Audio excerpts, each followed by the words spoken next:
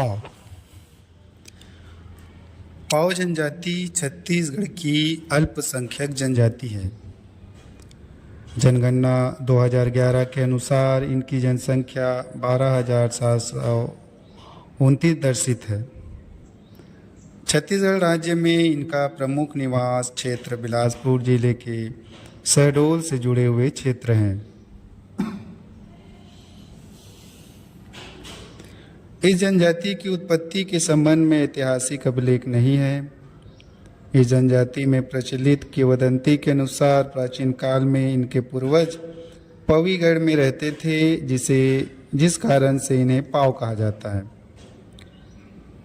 पाव जनजाति के लोग गांव में अन्य जनजातियों गोड़, कंवर आदि के साथ गांव में निवास करते हैं। इनके घर प्रायः मिट्टी एवं लकड़ी के बने होते हैं।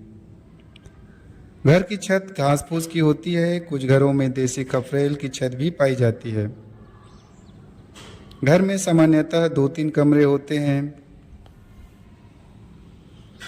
घर का फर्श मिट्टी का होता है, जिसे गोबर से लिपते हैं।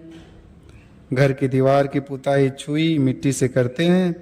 घरेलू वस्तुओं में भोजन बनाने व खाने के लिए मिट्टी व एल्युमिनियम के बर्तन, चारपाई, जाता, ओढ़ने बिछाने के कपड़े, मछली पकड़ने की जाल, कृषि उपकरण, नृत्य संगीत के वाद्य यंत्र पाए जाते हैं। बबूल, हर्रे या नीम की दातून से दांतों की सफाई करते हैं तथा स्नान करते हैं। स्त्रियां सिर के बाल काली मिट्टी से धोती है। शरीर तथा सिर पर स्त्री पुरुष गुल्ली या तिल का तेल लगाते हैं। बालों को कंघी से संवारते हैं। स्त्रियां चोटी बनाकर जूड़ा बनाती है। पुरुष कमर के नीचे भाग में धोती तथा ऊपरी भाग में कुर्ता पहनते हैं। सिर पर पगड़ी बांधते हैं। स्त्रियां पोलका तथा लुगरा पहनती है। महिलाएं हाथ पैर चेहरे पर गोदना गुदवाती है। इनका मुख्य भोजन कोदो, कुटकी, चावल तथा मकई का पेज है। उड़द, मसूर, अरहर, मूंग तथा बटरा आदि की दाल तथा मौसमी सब्जी, कंदमूल, फल आदि है। मांसाहार में मछली, बकरा, हिरन, खरगोश खाते हैं। त्योहार तथा उत्सव में महुए की शराब पीते हैं।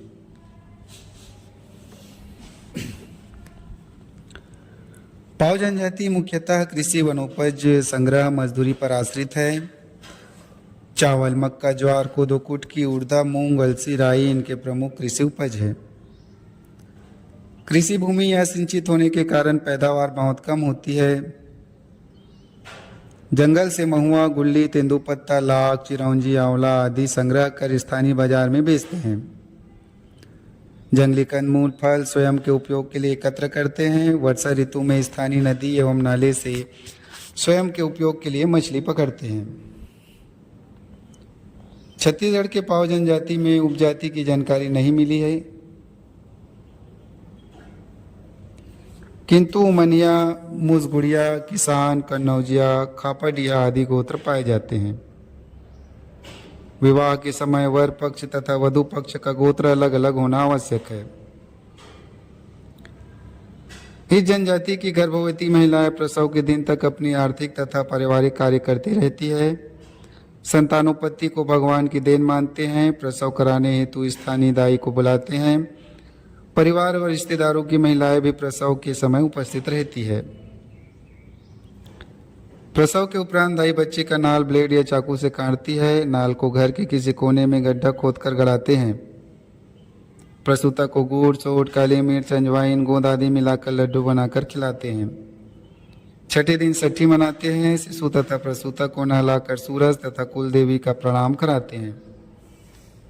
रिश्तेदारों को खाना खिलाते हैं तथा दाई को अनाज, वस्त्र आदि देते हैं।